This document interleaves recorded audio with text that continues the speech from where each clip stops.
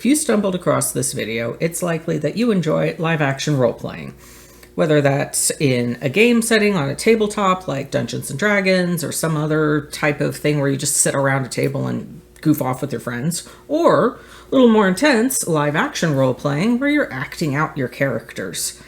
But if you stumbled across this video, you probably also have experienced when the fun stops being fun and those emotionally spicy scenes get a little too real and the boundary between fantasy and reality becomes blurred. This is called bleed, where you and your character's feelings seep into each other.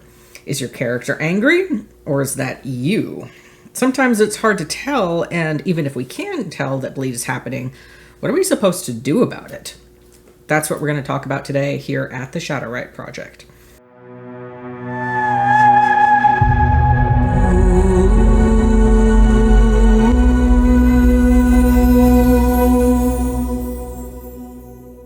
I'm Dr. Keel McFarland, licensed clinical psychologist. Welcome to the Shadowwrite Project, where we look at the psychology of role-playing games, focusing more on live-action role-playing games, or LARPs, but we also touch on tabletop games like D&D because there's a lot of overlap there.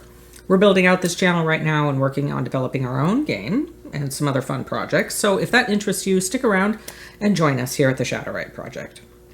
So, bleed. Let me begin this video by clearly saying I am not your therapist. Yes, I know that's obvious, but I do need to say it. I'll be presenting some info and some advice in this video, but this is just general info and it's not specific to you. I don't know your personal history or your challenges, so I can't give you specialized care either through this video or in the comments. If I say something that brings up hard feelings here, I encourage you, go talk with a mental health professional about it and get that direct, individualized care for you. I promise you are worth it. Okay, with that said, I need to talk a little bit about the overlap of bleed and trauma. Bleed isn't trauma, but it can trigger trauma. So what do I mean by that? Let me start by defining trauma. Technically, trauma is when you are confronted by something that threatens your safety. It can be emotional safety, it can be physical safety. Just if you feel like there is violence that is going to be done to you, that is the technical definition of trauma. So, technically, you cannot be traumatized by a game or entertainment or even watching horror movies. In other words, you can't get LARP or D&D PTSD because you, the player, were not physically, literally threatened. It's hard to see that nuance there. You see how it's a little sticky and it does need to be specific. If your character is threatened, that is not the same thing as you being threatened. This isn't to say that these games and these stories and even these movies don't affect us, because they absolutely do affect us. They just aren't technically trauma. But what can happen is that role-playing or entertainment or movies or games, they can trigger emotional wounds. And even many of those emotional wounds don't officially count as capital T trauma. But what happens in those moments is that they are emotionally resonant. It strikes a nerve, an open, painful wound. And that free-floating pain flares up, and then we have a disproportionate reaction to whatever triggered us. That's the it shouldn't get to me, it's just a game, but it's getting to me and I don't know what to do about it. I'm a little into the weeds here, so let me give you an example. Let's say 7 years ago, your best friend betrayed you and slept with your boyfriend. You broke up, and making matters worse, your friend group imploded and you lost touch with most of them. Horrible nightmare. Whenever you think about it, it still hurts, and you know for a fact that you still have trouble trusting people. So, 7 years later, when you're at a game, tabletop or in person, and another character breaks trust with your character, betraying the character in a very dramatic story moment, it feels personal, it feels overwhelming. There's a sense of maybe doom and almost panic can flood in. It feels like they're out to get you and to destroy everything that's good and take away all your friends. And it's only a matter of time before you've lost everyone again. But it's a game. That happened to your character, not you. That's when the game was similar enough that it triggered this deep pain from 7 years ago when you did lose all your friends. So what do? It's very hard in that moment to recognize what's going on. And even when somebody says, hey, you need to manage your bleed, or hey, bleed is happening, and they name it, it's still really hard to pivot somehow emotionally and get out of that space. So that's what we're going to dive into next. We're going to talk about two main things: take care of your body and get space.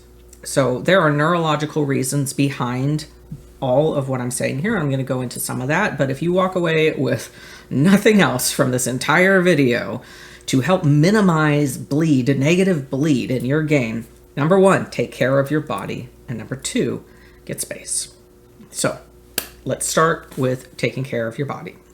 This is one of my biggest soapboxes when it comes specifically to live action role playing, but I think it probably applies to D&D and tabletop games as well. But especially when you're out in person doing a game, a physical game, and it might be days or maybe even a week or more. Some of these games are marathons. It is vital that you take care of your body. Your body. Not your character's body, your body. If you die in real life, your character dies. So take care of your body in real life. Eat, drink fluids, take naps, and go easy if you have a physical injury. There are no special perks that you're going to get for pushing hard while you're in pain. No. And challenge each other. Other people who are playing the game with you, challenge each other to take care of your bodies and shut down toxic, muscle through, you got to push through type of language. Like, that doesn't help anyone. There's not that sort of stakes. And is it fun? No. So these are supposed to be hobbies that bring us joy. So don't do it. Take care of your body. Sleep here is the biggest one, where people will stay up all night because they don't want to miss anything, and then get up early because they don't want to miss anything, and they're running on pure adrenaline. The body cannot do this forever, and so that afternoon or that evening we crash and become what I like to call LARP toddlers. I get it, the excitement is high, and especially if you're in your 20s, like, yeah, you can push that, yeah. But that's not really ideal even for your fun. If your game's culture is to always go for all-nighters and the storytellers only put out the best stuff at 2 a.m., I challenge you to push back.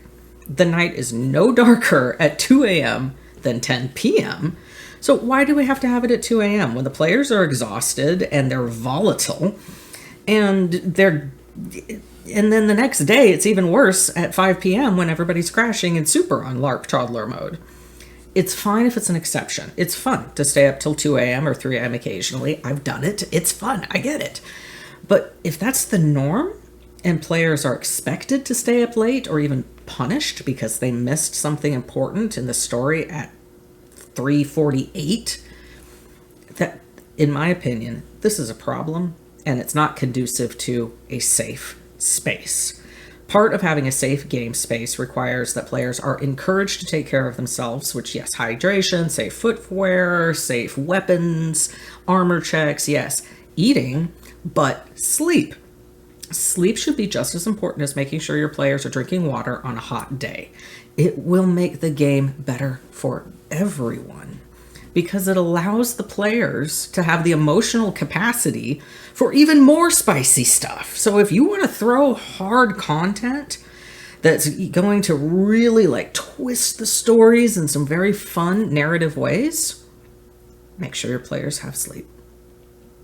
Okay, I'm going to get off my soapbox there, but because I will keep going if I don't.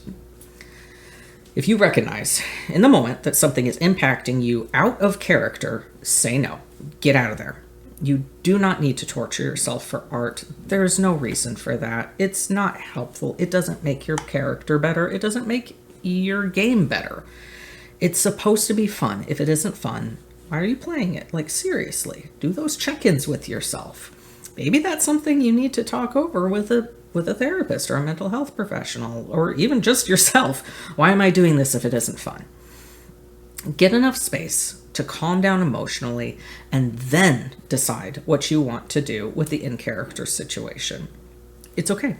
It's okay to take a break. Give yourself that permission. If you need to step back, step back. You will not ruin your event by taking an hour off for an emotional recharge or a reset. Yeah, you might miss the one thing happening right then, but frankly, if you're in a bad place emotionally, then it just won't be as good as you want it to be. Ironically, pushing through might even end up making the event go bad, where taking a break might have saved it and helped you have a great time for the rest of the event. So there's some actual real neurology behind what I'm saying here with take a break. It's not just like common sense advice. There's some neuroscience behind this. So there's something called the window of tolerance. Imagine that you have two lines. You have one here and then one here.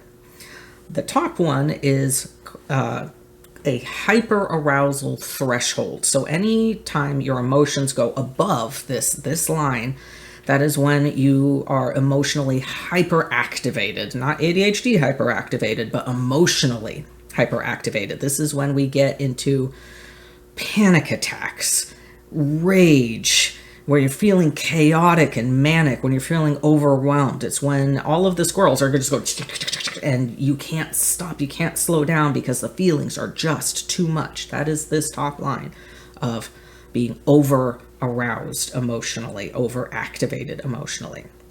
As you've probably guessed, the bottom one is hypo-arousal or hypo-activated. And this is when we shut down. This is when our feelings go down here and we are numbed out. We're depressed. We get into a place where we're like, yeah, fine, okay, fine, whatever, yeah, all right, whatever. And we're just passive because our emotions are just tanking. This is disassociation. This is shame and guilt, where everything just kind of feels like it's solidified into mud, and it's really hard to even think in that hypoactivation state. So neurologically, what's happening here is when we go too high or too low with our emotions, when we become overwhelmed or when we shut down, the reasoning centers of our brain, they're offline. Our minds are on survival mode, and the hindbrain, the oldest part of our brain, the lizard brain, is kind of what's driving the show right then. We are just wanting to get through it and survive. So what that means is that we're not thinking logically. We're not in a place neurologically where we can tease apart, is this my character or is this me? Our brains just don't have the capacity to do that, feeling out where are these feelings coming from. You're not going to be able to do that if you're in a panic attack or if you're disassociating. You don't have the brain centers that you need for logic and decision making. So this is why you must step away. You must get to a place where you feel emotionally and physically safe. And that might mean physically leaving wherever you are so that you can ground it again and come back into this center section. This is the window of tolerance. And to be clear, the window of tolerance, if you're in this window of tolerance, you can still have highs and lows. Totally. It's when it goes above or below one of those lines, that's when it becomes hard to think reasonably. And so the stepping away part, it's just bring it in. You still might be a little upset about something, but if you're not pinging, you're going to be able to think much better. So this can happen in a couple different ways. And yes, there is the obvious. You can leave the site, you can step away from the game, you can go take a nap, go get some food. Remember, step number 1, take care of your body. But this also can happen in the moment itself. And so I want to talk a little bit here about yes and.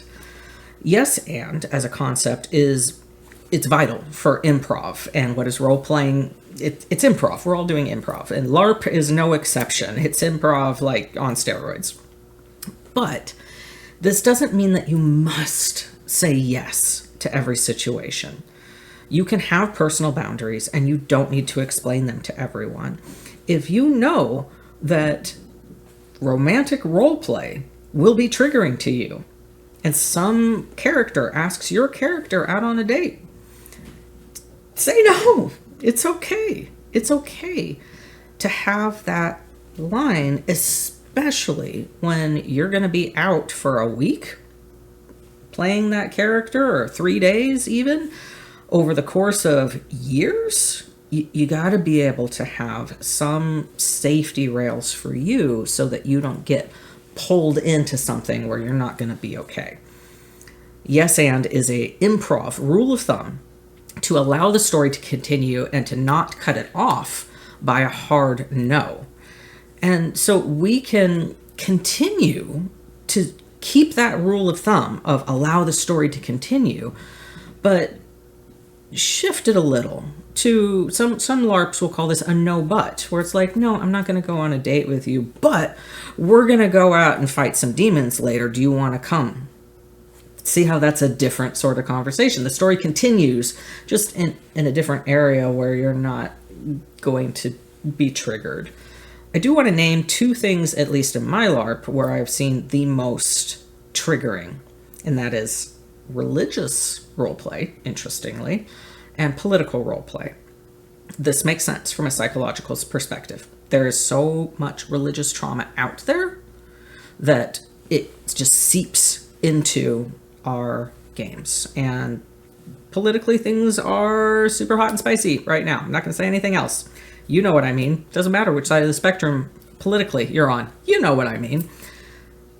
So knowing that, romantic roleplay, religious roleplay, and political roleplay, these are the 3 biggest warning areas to kind of be aware of and do a check-in with yourself before you even start to engage with those storylines. So, okay, I'm going to go do a religious character.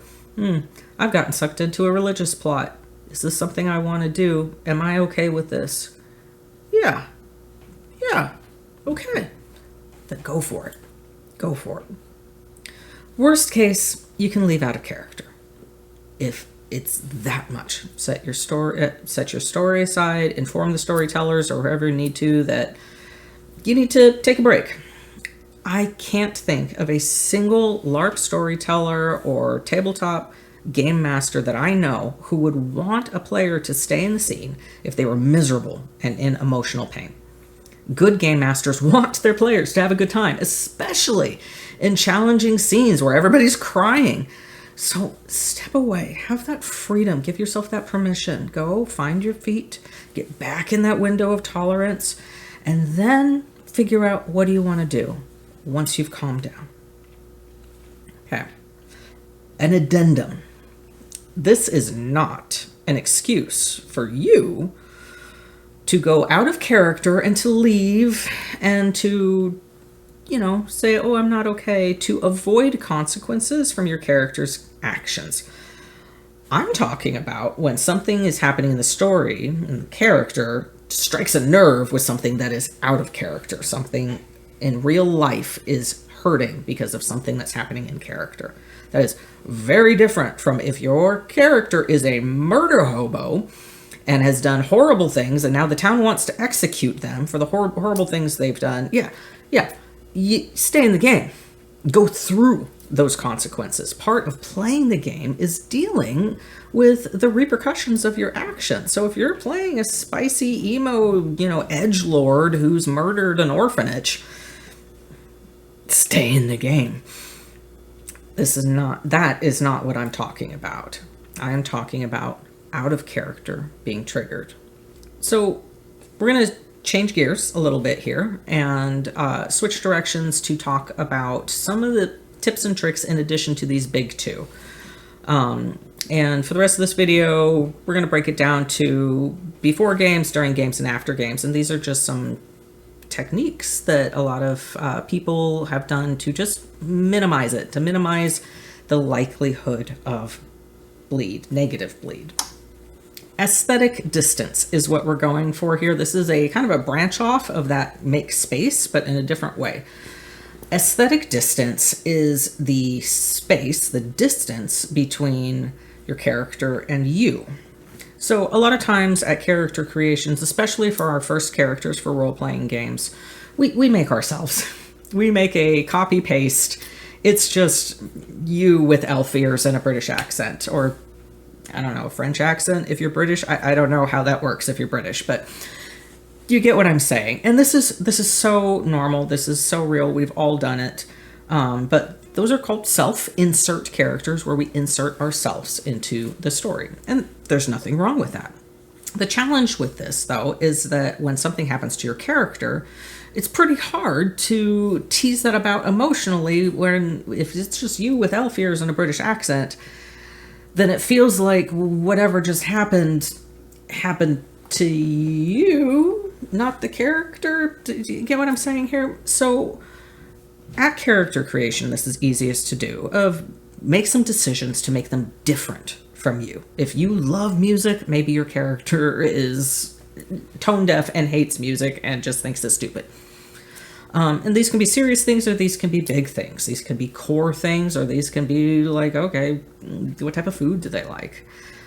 So if you've already made a character, though, and you love your character, you can still make some choices and push them apart from you, the player, and make more of that aesthetic distance. It can be things that just you haven't fleshed out yet. What type of food do they like? Maybe you really love spicy food out of character. Maybe a way to push them apart is that your character, they can't even handle it. Like they can't even handle regular pepper. Do what you can to push them further from you, the player. Another thing that a lot of people do is they establish rituals for getting in and out of character. This can be music, smells, how they move, getting in and out of costume, and this can be done very purposefully and very thoughtfully to literally have a putting on, but also emotionally have a putting on. And this also applies on the flip side of the taking off of the character. Setting up camp, getting into your kit, this is a putting on your costume and this other person who is different from you. This is a little harder to do in tabletop games because there's a lot of flip-flopping in character, out of character, in character, out of character. But sometimes what can be helpful here in this ritual of joining with this character is when people review their character sheet or go over, okay, what are my notes from the last thing? Or it is a mentally like changing gears to say like, oh, we are in the play space now, which is different from the real life space. So sometimes what can help with some of this, especially in a LARP type setting, to help push apart these two worlds, is to have a to-do list for out of character stuff, that if something comes up as you're getting into character, you're like, oh, okay, I'm just going to write it down. You can set it aside and leave it behind. And then you'll remember the tasks because you wrote them down. Another one, and this might piss off some people, but turn off your cell phone. Literally say goodbye to your cell phone for the weekend and try to unplug for the event. Unless it's needed for emergencies, obviously. But to be honest, so many people have phones that you probably, if there's an emergency, you could probably reach out a hand and you'll hit somebody who has a phone. So you're not going to be totally unplugged. But it's okay to say like, no, I'm going to be in a different headspace and I'm going to increase that aesthetic distance so that I'm training my psyche, I'm training my consciousness and my unconsciousness that, oh, these are different, to help there be less crossover emotionally. Another thing that a lot of people do between games or before games, is they can repair or upgrade their costume kit. For tabletop, this is, what skills might you be taking, or how are you going to, if you're thinking or planning about what you want to do. These are opportunities to increase that aesthetic distance as well, and to be purposeful about the emotional parts of your character. And this is especially relevant if you did have a difficult emotional time, to do that check-in and be like, okay, what was that about? Okay, yeah, I think I was really triggered because there was some religious trauma there from when I was, 15, and this just felt really close.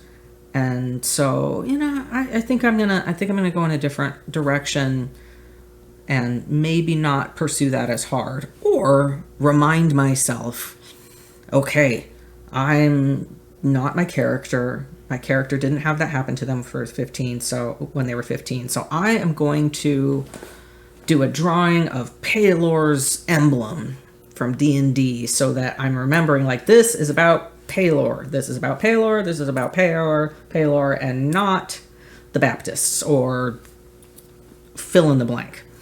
And make that shift, that purposeful, moving forward with your character, so that it's about the character and you're trying to push it away from what happened between game. Another thing that a lot of people do between games is letter writing and between game role play online. I love this. I have done lots of between game online role playing, but it has the potential to draw out unhelpful bleed. So knowing that if you had a really hard time at a game or an event, it might be helpful to just get space again. Pause it. Just pause it for a while if you're being activated, and step away from the hobby between games. Go do something else. Paint some minis that are Warcraft and not D&D, or literally maybe go outside and touch grass. There's a reason people say that there is actual psychological benefit to going outside and seeing green things and touching plants, but get that space even when you're not activated to just let it rest. Let your friends know that you need a breather and do something to ground yourself into you, out of character. You can reconnect with the goals of the games later on, but that real life grounding, that's going to help you try to sort through what to do. Remind yourself explicitly, out of character, that this is my character. This happened to my character, not to me. I see this a lot on online stream D&D games where the players and the storyteller will go a lot of back and forth with saying, like, you, your character, and they'll use the character's name and the player's name interchangeably. It's kind of a pet peeve of mine, but I think it is very, very helpful to have a very clear line between I did this thing or my character did this thing. So you can say, my character, Sir Hero Man, did a deal with the Fae, not I did a deal with the Fae. See, there's a difference there, and this is when we're talking out of character, but again, we're trying to increase that aesthetic distance, and it's a habit that just gets us in a different way of thinking about, I am not my character is not me. Another thing, last thing, for before games, don't let the anxiety of getting ready hamstring your ability to actually enjoy the game. Good enough is great, especially when the pursuit of perfection makes us miserable. Now, I'm not saying, don't have fun, don't, put some effort into it to try to make it good. No. Don't swing a pendulum here. I'm saying that if you're finding that you've got a game on a weekend and the 2 weeks prior you're not able to get anything done because you're so worried about that, formal tea event that the nobles are coming to, and you're trying to get it might have gotten a little too big, and the hooks of anxiety are in you for, I must get it ready, it must be good. Do a check-in with yourself about, like, wow, why am I so anxious about this? Is it because I'm just really having fun? Okay, great. But if it's taking over your life, then it's crossed over into something else. When you feel like you've lost control, then it's crossed over into something else that might be one of those ones where it's like, oof, maybe I need to talk to somebody about this one-on-one to figure out, why is this so big, and how can I help it stay a fun hobby that brings me life rather than an obligation that's sucking me dry. So that one's that one's hard, and we might do a whole video about LARP addiction or game addictions, because that is a real thing. It's not really the topic of what we're going on here, but it's worth its own video, so we'll circle back around to that in a different time. During games. Let's just start by saying that if in the days, weeks, or even months leading up to an event, if something has happened and it was hard, give yourself some grace. Acknowledge that something hard went down and that you're still in recovery from it. And yeah, you're going to feel things more deeply at the event. And this counts for LARPs or tabletop games. It hits us. We are emotional beings, and there is no judgment for that. Allow yourself to feel whatever you need to feel.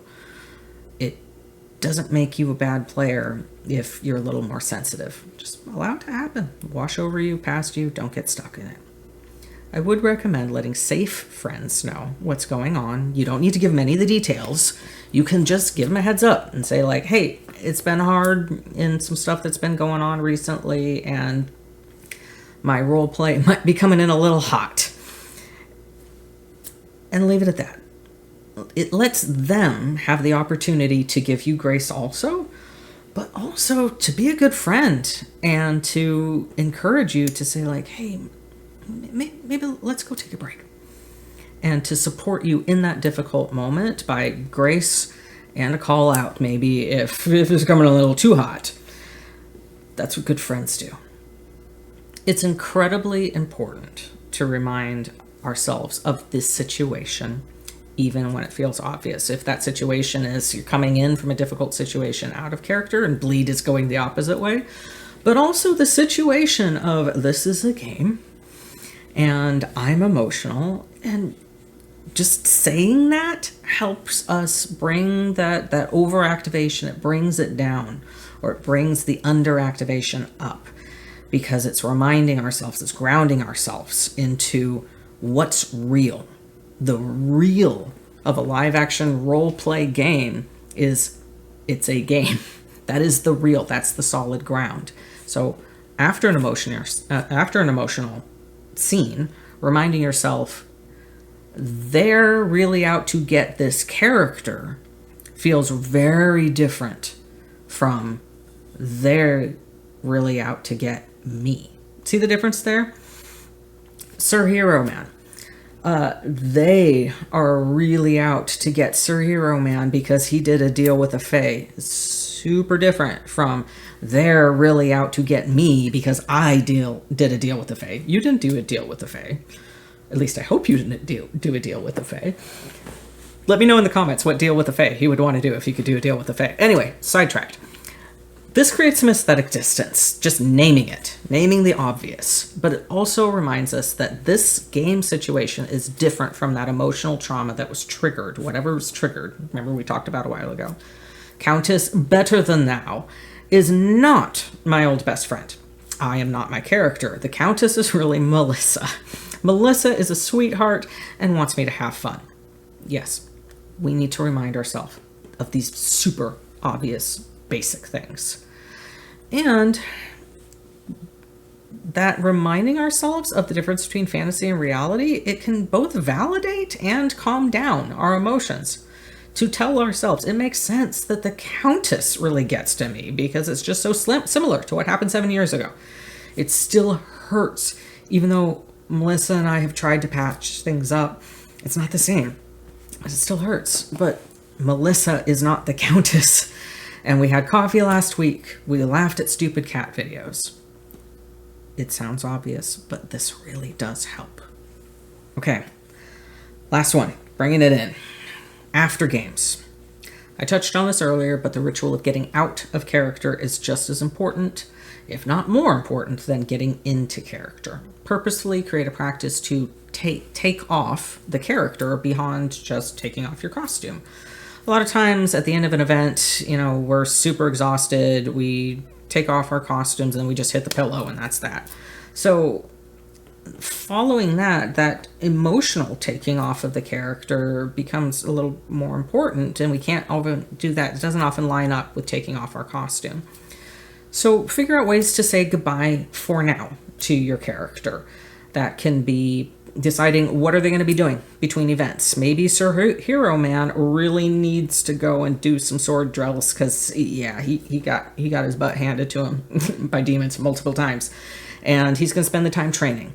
Or maybe he needs to go out on a mission that, because you're between games and nothing's going to happen, maybe he spends a month figuring out, dang it, I couldn't find any leads.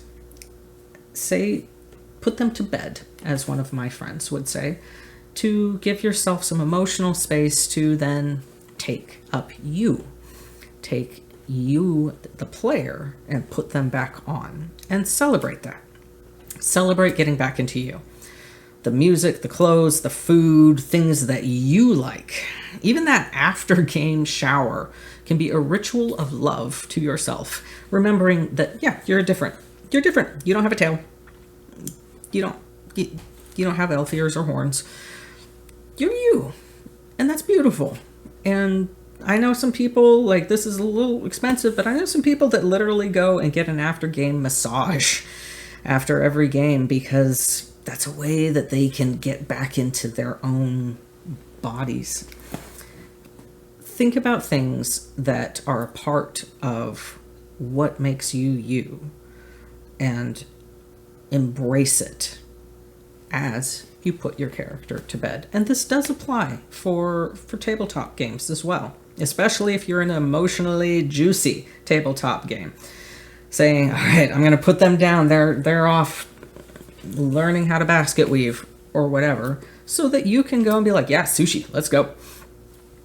Make that transition purposeful. Make it a ritual.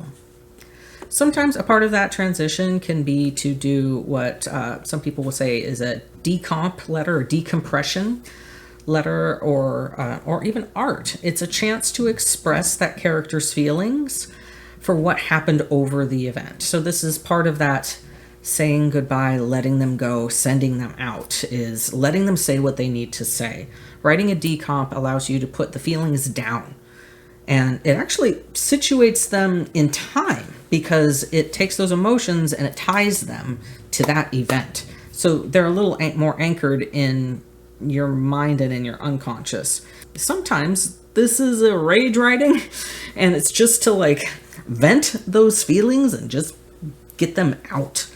That's a different way of doing a decomp that never needs to see the light of day. You can just write it and then light it on fire and you got it out of you, though. It's a cathartic relief, like just having a good cry and then feeling better afterwards. Sometimes that art or that letter or that journal entry is a good way to do that ritual of sending them off and putting them to bed. Some people will, immediately after a game, they will sit down and they will make all of their plans and write any letters and make all of their decisions in the first day or two after an event. And that's so that they can, okay, it's done. I don't have to think about it. It's not weighing on me for the next month or 2 months or 6 months or however long that takes between games. So a different thing that people will do immediately after games, and there's a lot of wisdom here, is break week. Now, this kind of is a little bit of the opposite of the person who will just get a bunch of things done immediately after game, so they don't have to think about it. So choose your own adventure here. Sometimes it's better one way, sometimes it's better the other, depending on what you're going through and how you need to navigate whatever just went down at that event. Sometimes it's a little both.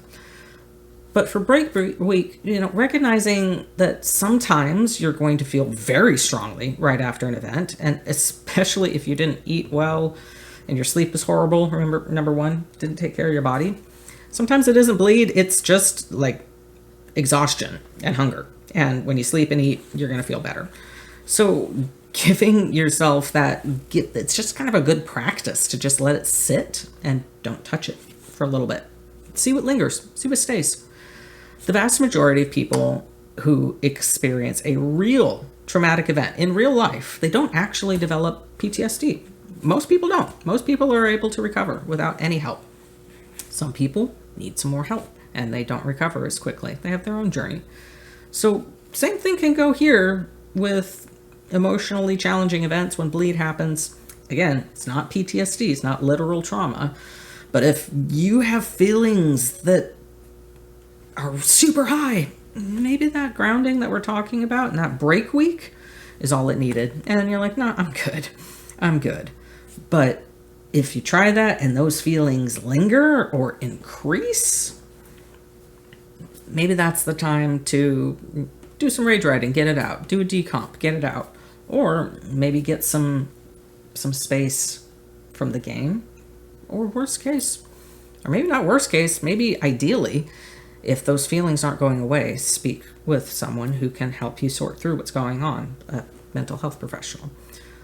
All right, we're going to wrap this up by talking about character death. This fits because really, if our character dies, it's not really going to hit us until after the game. It'll hit us in the moment, but then it's going to continue to hit us after the game, after the event. So I want to encourage you, allow yourself to mourn out of character for your character. Our characters are a part of ourselves. They are birthed from us, and we project ourselves into them, even if we have good aesthetic distance and they're not like us, or we have good space and good lines, and we're still creating them ongoing as we role play them. Some players, they play characters for years, and so it can be very difficult to lose a part of ourselves. They're not real is incorrect. While they are not a physical person distinct from you with magical abilities, they're not that, but they are real in a different way. They're a real character, and through them, you've experienced real emotions, and your body, your brain does not know that you are in a pretend story. Only the frontal lobe of your brain knows that. Only the logic center of your brain knows that. So when we lose this real character, we lose a real part of ourselves. And we can allow ourselves to mourn that loss. Of course, it will be far different from mourning a loved one who dies in real life, but the feelings of sadness are legitimate in their own right, and especially if we've been playing that character for years. There's a lot of good information about mourning out there, and much of it can be directly applied to mourning a character that you've played. This is a video on bleed though, so I'm going to keep my focus there. But if you feel that you've become stuck mourning a character you lost and you don't feel like you're able to turn your chapter to the next page, it's possible that this might be bleed and that there's something else that is seeping in, or that bleed is going the other direction of the loss of this character is bleeding into your personal life, your real life. Working with a therapist can help you with that mourning process on figuring out what's going on, what is this, and the what is this might just be, it's hard to lose a part of yourself, and how you might be able to manage it. It is possible that maybe your character gets to help you one more time in helping you learn to work through grief and to be close to death. Storytelling is very, very good on its own, but as I said before, LARP isn't therapy, so please get support if you're struggling. If you've made it this far, thank you so much. I'd love to hear your thoughts in the comments. Do you have other tips or tricks you've used to manage different types of bleed? If I've missed anything, please let me know. If you disagree, please let me know. I'm always on the hunt for more suggestions. Until next time, peace.